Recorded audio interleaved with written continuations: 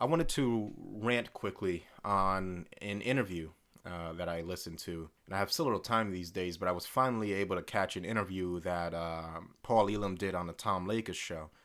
And this commentary really doesn't have anything to do with men's rights specifically. Well, I guess it does, but it really has nothing to do with a voice for men.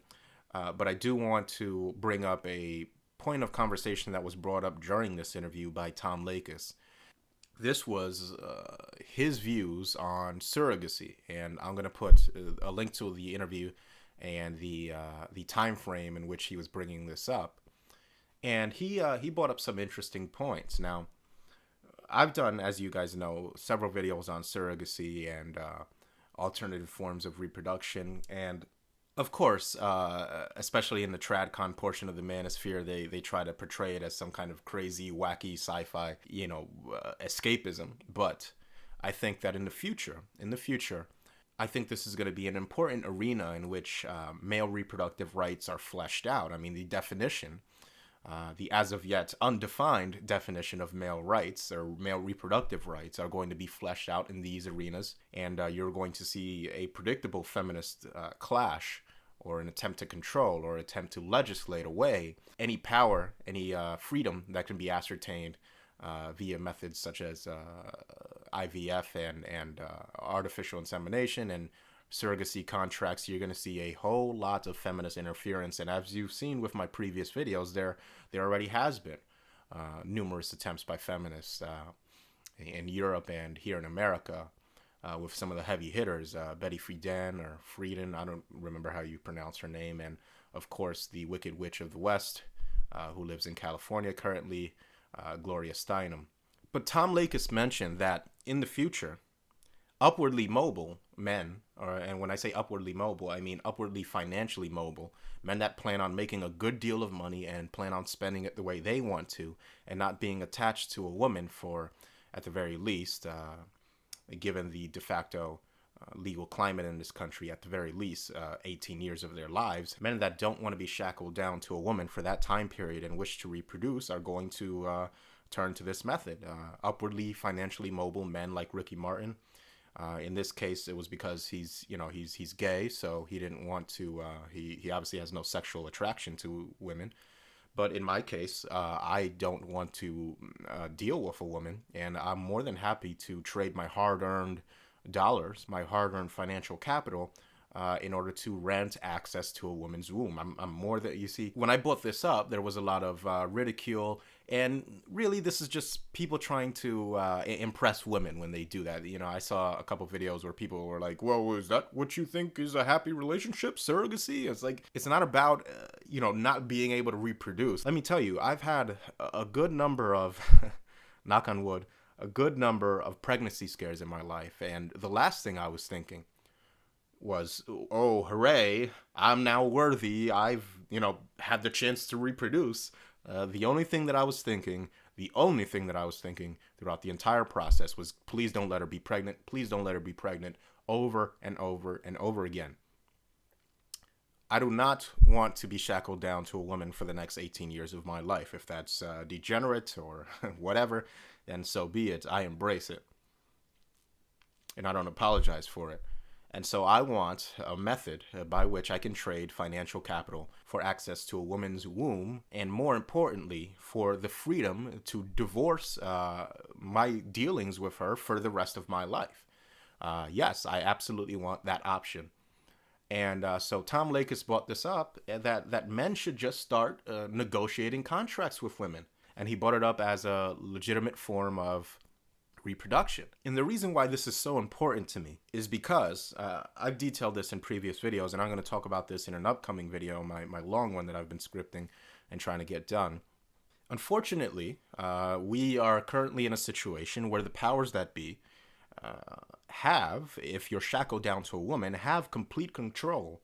Well, maybe not complete control, but a good amount of control over the development of your progeny. And we live in the age of public schooling and mass media and television, and all of these things should be viewed by a father. And I'm going to be completely upfront here. I think The bond between a father and his progeny, specifically between a father and his son, is the most important human relationship, and possibly the most important relationship of sentient beings in the known universe. I mean, it's that big of a deal to me. So I'm looking to minimize the amount of influence that can be exerted, the amount of influence that can be exerted by mass media, by the woman in my life, by the state, etc., etc., if I so choose to reproduce. And unfortunately, women are at this point in time nothing but willing tools of the state. And the state knows that they can attack men, and the state knows that they can specifically attack men that are shackled down to a woman, that are financially and legally obligated to a woman, because, for example, he has offspring with her. This is the most vulnerable position you can put yourself in, is being indebted for the next 18 years to a woman and her child. Her child. So I want to, and this may sound weird or whatever, call me a transhuman if you want, but I want to completely remove any authority that any woman that I choose to reproduce with has over my progeny. I want to completely remove it. For example, I won't have a problem. This is a hypothetical scenario. I don't have any woman pregnant, and I plan to keep it that way. But if I was to reproduce with a woman and there was a way to legally make it so that she has no authority over my progeny via perhaps a surrogacy contract, I wouldn't even mind letting her see her offspring, her son, her daughter, whatever.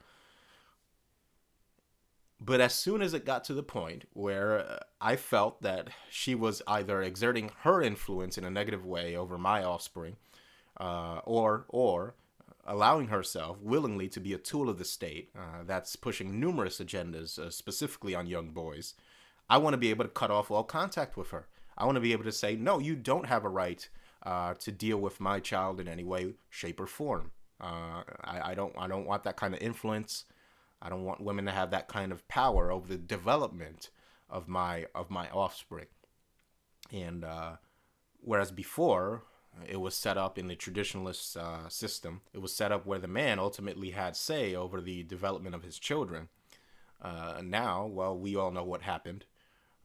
We all know what's been going on for the past 50, 60 years. And now it's women that can take intelligent, redeemable children and turn them into reality TV watching materialistic ingrates. And I will not allow my son or my daughter to be subjected to that. I will not allow my son or my daughter to be subjected to the toxicity that comes with a birth contract that comes with the modern day woman.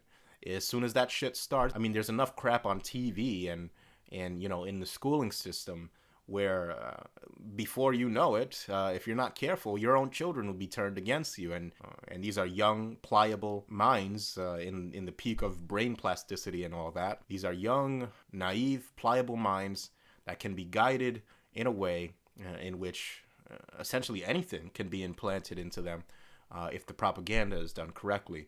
And I will not subject my children to that. I do not want to put my children, whether it be male or female, preferably male, I will not put them in that kind of predicament. I want my children, if I decide to have them, to grow up in an environment where, above all, first and foremost, the ability to think critically and to assess the universe around them and the environment around them according to their own perceptions, according to their own opinions. I want them to be able to formulate their own assessment of reality and come to whatever conclusions they desire. And of course, as a father, I would provide a nudge here and there that I deem and I assess to be a positive nudge. We all indoctrinate our children to some degree. And what I mean by that is I would, quote, indoctrinate my children to view reality in as accurate a way as possible. So I'm glad that Tom Leykis is bringing this kind of stuff up. Because I think it's the future. I think it's in another 50 years, I believe surrogacy contracts will be looked at as, no big deal, nothing to be worked up about. And I think if there is any conflict, it'll be the state trying to intervene itself onto the individual the men and women that makes these contracts for the purposes of imposing, not just the state, but all sorts of quasi-statist groups. You're going to see a lot of tradcon individuals trying to interfere with this. You even see it unfold in the microcosm that is the manosphere. You're going to see all sorts of traditionalist, evangelical types and tradcon types telling us that this is against God, or this is against morals, or this is against the family.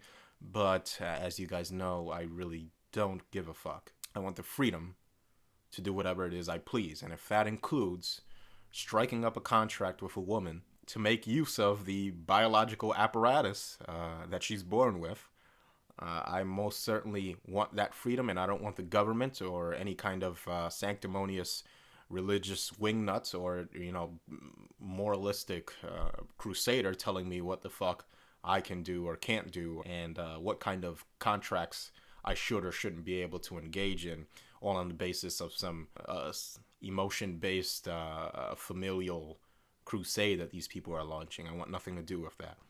So I'm glad that Tom Leykis brought that up, and I'll be talking about these things later in upcoming videos. More to come. Thanks for listening.